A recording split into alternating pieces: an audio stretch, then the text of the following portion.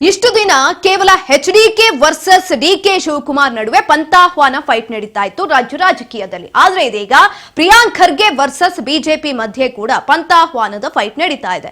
ಚಿತ್ತಾಪುರ ವಿಧಾನಸಭಾ ಕ್ಷೇತ್ರದ ವಿಚಾರಕ್ಕೆ ಅಶೋಕ್ ವ್ಯಂಗ್ಯವನ್ನ ಮಾಡಿದ್ದಾರೆ. ಪ್ರಿಯಾಂಕ್ ಖರ್ಗೆ ವರ್ಸಸ್ ಬಿಜೆಪಿ ಮಧ್ಯೆ ಪಂತಾಹ್ವಾನದ ಫೈಟ್.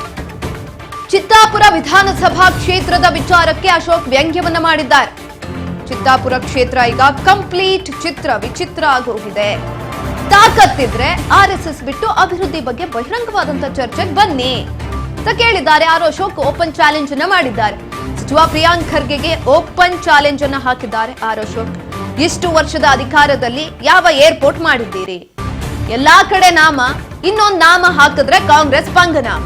ಗೃಹ ಸಚಿವ ಪ್ರಿಯಾಂಕ್ ಖರ್ಗೆ ವಿರುದ್ಧ ಆರ್ ಅಶೋಕ್ ಇದೀಗ ವಾಗ್ದಾಳಿಯನ್ನ ಮಾಡಿರುವಂತದ್ದು. ಇಷ್ಟು ದಿನ ಕೇವಲ ಬಿಡದಿ ವಿಚಾರಕ್ಕೆ ಸಂಬಂಧಪಟ್ಟಂತೆ ಎಚ್.ಡಿ. ಕುಮಾರಸ್ವಾಮಿ ಹಾಗೂ ಡಿಕೆ ಶಿವಕುಮಾರ್ ಅವರ ನಡುವೆ ಒಂದು ಪಂತಾಹ್ವಾನದ ಫೈಟ್ ನಡೀತಾ ಇತ್ತು, ಬಹಿರಂಗವಾದಂತಹ ಚರ್ಚೆಗೆ ಬನ್ನಿ ಅಂತ. ಆದ್ರೆ ಇದೀಗ ಕಾಂಗ್ರೆಸ್ ವರ್ಸಸ್ ಬಿಜೆಪಿ ನಡುವೆ ಪಂತಾಹ್ವಾನದ ಫೈಟ್ ನಡೀತಾ ಇರುವಂತದ್ದು. ತಾಕತ್ತಿದ್ರೆ ಬಹಿರಂಗವಾದಂತಹ ಚರ್ಚೆಗೆ ಬನ್ನಿ. ಆರ್ಎಸ್ಎಸ್ ಬಗ್ಗೆ ಮಾತನಾಡ್ತೀರಾ ಅಲ್ವಾ ಪ್ರಿಯಾಂಕ್ ಖರ್ಗೆ ಅವರು? ಆರ್ಎಸ್ಎಸ್ ಬಗ್ಗೆ ಮಾತನಾಡೋದಕ್ಕೆ ನಿಮ್ಗೆ ಆಗತ್ತೆ ಅಂತ ಅಂದ್ರೆ ಆಯ್ತು, ನೀವು ಮಾಡಿರುವಂತಹ ಅಭಿವೃದ್ಧಿ ಕಾರ್ಯಗಳೇನು, ಏನೇನೆಲ್ಲ ಮಾಡಿದ್ದೀರಿ, ಅದ್ರ ಬಗ್ಗೆ ಬಹಿರಂಗವಾದಂತಹ ಚರ್ಚೆಯನ್ನ ಮಾಡೋಣ ಬನ್ನಿ ಅಂತ ಆರ್ ಅಶೋಕ್ ಅವರು ಇದೀಗ ಕೇಳ್ತಾ ಇರುವಂತದ್ದು. ಸಚಿವ ಪ್ರಿಯಾಂಕ್ ಖರ್ಗೆಗೆ ಓಪನ್ ಚಾಲೆಂಜ್ ಅನ್ನ ಹಾಕಿದ್ದಾರೆ ವಿಚಾರದಲ್ಲಿ. ಇಷ್ಟು ವರ್ಷ ಅಧಿಕಾರದಲ್ಲಿದ್ರೆ ಏನೇನ್ ಮಾಡಿದ್ದೀರಾ, ಯಾವ್ಯಾವ ಏರ್ಪೋರ್ಟ್ ಗಳನ್ನ ತೆಗೆದಿದ್ದೀರಾ, ಯಾವೆಲ್ಲ ಅಭಿವೃದ್ಧಿ ಕಾರ್ಯಗಳನ್ನ ಮಾಡಿದ್ದೀರಾ, ಎಲ್ಲದನ್ನ ಹೇಳಿ, ನಾನು ಹೇಳ್ತೀನಿ ನಾನು ಏನೇನು ಅಭಿವೃದ್ಧಿ ಮಾಡಿದ್ದೀನಿ ಅಂತ ಓಪನ್ ಚಾಲೆಂಜ್ ಅನ್ನ ಇದೀಗ ಆರ್ ಅಶೋಕ್ ಅವರು ಹಾಕಿರುವಂತದ್ದು ಪ್ರಿಯಾಂಕ್ ಖರ್ಗೆ ಅವರ ವಿರುದ್ಧ.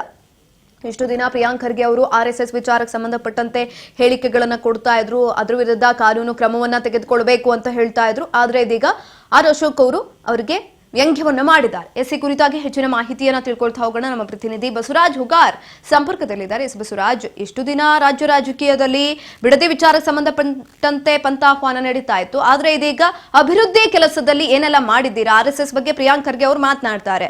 ಆದ್ರೆ ನಿಮ್ಮ ಅಭಿವೃದ್ಧಿ ಕೆಲಸದ ವಿಚಾರಕ್ಕೆ ಸಂಬಂಧಪಟ್ಟಂತೆ ಬಹಿರಂಗವಾದಂತಹ ಚರ್ಚೆಯನ್ನ ಮಾಡೋಣ ಬನ್ನಿ ಅಂತ ಆರ್ ಅಶೋಕ್ ಅವರು ಹೇಳ್ತಾ ಇರುವಂತದ್ದು. ಹೆಚ್ಚಿನ ಮಾಹಿತಿ ಕೊಡೋದಾದ್ರೆ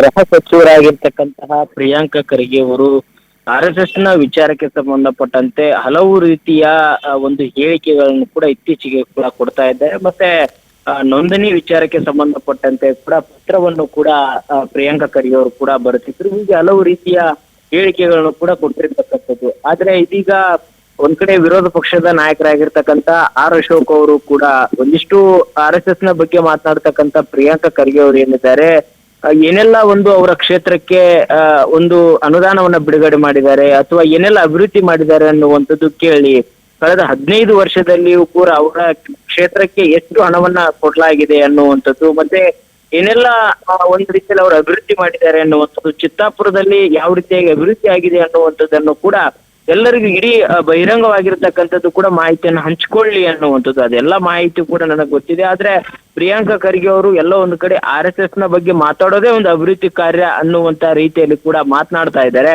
ಅವ್ರಿಗೆ ಏನಾದ್ರೂ ಒಂದ್ ರೀತಿಯಲ್ಲಿ ತಾಕತ್ತಿದ್ರೆ ಅಭಿವೃದ್ಧಿ ಬಗ್ಗೆ ಚರ್ಚೆ ಮಾಡಿ ಅನ್ನುವಂಥದ್ದು. ಅದರ ಜೊತೆಗೆ ಬೆಂಗಳೂರಿನಲ್ಲಿ ಏರ್ಪೋರ್ಟ್ ಮಾಡಿರ್ತಕ್ಕಂಥದ್ದು ಬಿಜೆಪಿ, ಮತ್ತೆ ಅದರ ಉದ್ಘಾಟನೆ ಮಾಡಿರ್ತಕ್ಕಂಥದ್ದು ಕೂಡ ನಾವು. ಹೀಗೆ ಹಲವು ರೀತಿಯ ನಮ್ಮ ಸರ್ಕಾರ ಇದ್ದಾಗ ಅಭಿವೃದ್ಧಿಯನ್ನು ಕೂಡ ಮಾಡಿದ್ದೇವೆ. ಆದ್ರೆ ಈ ಒಂದ್ ಕಡೆ ಇವರು ಪ್ರಿಯಾಂಕ್ ಖರ್ಗೆ ಅವರು ಅವರ ಕ್ಷೇತ್ರದಲ್ಲೇ ಒಂದ್ ರೀತಿಯಲ್ಲಿ ಅಭಿವೃದ್ಧಿಯನ್ನ ಮಾಡಿ ಅಲ್ಲ, ಸುಮ್ನೆ ಒಂದು ಆರ್ಎಸ್ಎಸ್ ನ ಒಂದು ನೋಂದಣಿ ವಿಚಾರಕ್ಕೆ ಸಂಬಂಧಪಟ್ಟಂತೆ ಕೂಡ ದಿನೇ ದಿನೇ ಒಂದಿಷ್ಟು ಹೇಳಿಕೆಗಳನ್ನ ಕೊಡುವ ಮುಖಾಂತರ ಅದೇ ಒಂದು ನಿಟ್ಟಿನಲ್ಲಿ ಅವರ ಕೆಲಸ ಅನ್ನುವಂತ ನಿಟ್ಟಿನಲ್ಲಿ ಕೂಡ ಪ್ರಿಯಾಂಕ್ ಖರ್ಗೆ ಅವರು ಮುಂದಾಗ್ತಾ ಇದ್ದಾರೆ. ಹಾಗಾಗಿ ಅವರು ಅವರ ಕ್ಷೇತ್ರದಲ್ಲಿ ಯಾವ ರೀತಿ ಅಭಿವೃದ್ಧಿ ಮಾಡಿದ್ದಾರೆ, ಮತ್ತೆ ತಾವು ಹಿಂದೆ ಒಂದು ನಿಭಾಯಿಸಿರ್ತಕ್ಕಂಥ ಇಲಾಖೆ ಏನಿದೆ ಆ ಇಲಾಖೆಯಲ್ಲಿ ಯಾವ ರೀತಿಯಾಗಿ ಅಭಿವೃದ್ಧಿ ಮಾಡಿದ್ದಾರೆ, ಮತ್ತೆ ಈಗ ತೆಗೆದುಕೊಂಡಿರ್ತಕ್ಕಂಥ ಇಲಾಖೆಯಲ್ಲಿ ಏನೆಲ್ಲ ಅಭಿವೃದ್ಧಿ ಮಾಡ್ತಾರೆ ಅನ್ನುವಂಥದ್ದು ಬೇಕಾದ್ರೆ ಅದ್ರ ಬಗ್ಗೆ ಮಾತನಾಡ್ಲಿ.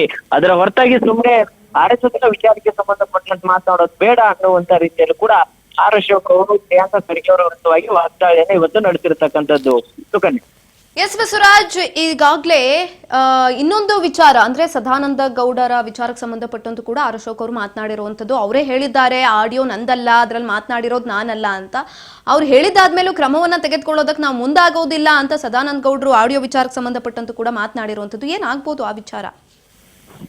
ಸುಗನ್ಯಾ, ಮಾಜಿ ಸಿಎಂ ಸದಾನಂದ ಗೌಡ್ರ ಆಡಿಯೋ ವಿಚಾರಕ್ಕೆ ಸಂಬಂಧಪಟ್ಟಂತೆ ಕೂಡ ಬಹಳ ದೊಡ್ಡ ಮಟ್ಟದಲ್ಲಿಯೂ ಕೂಡ ಬಿಜೆಪಿಯ ಪಾಳ್ಯದಲ್ಲಿ ಸತ್ತು ಮಾಡ್ತಾ ಇದೆ. ಒಬ್ಬ ರಾಜ್ಯಾಧ್ಯಕ್ಷರ ಒಂದು ಸ್ಥಾನದಿಂದ ಕಿತ್ತಾಕ್ಬೇಕು ಅನ್ನುವಂತ ನಿಟ್ಟಿನಲ್ಲಿ ಕೂಡ ಒಬ್ಬ ಪಕ್ಷದ ಹಿರಿಯ ನಾಯಕರು ಮತ್ತೆ ಮಾಜಿ ಮುಖ್ಯಮಂತ್ರಿಗಳಾಗಿರ್ತಕ್ಕಂಥ ಸದಾನಂದ ಗೌಡ್ರು ಮಾತನಾಡಿದರೆ ಎನ್ನಲಾಗಿರ್ತಕ್ಕಂಥ ಆಡಿಯೋ ನಿಜಕ್ಕೂ ಕೂಡ ದೊಡ್ಡ ಮಟ್ಟದಲ್ಲಿ ಕೂಡ ಸದ್ದು ಮಾಡ್ತಾ ಇದೆ.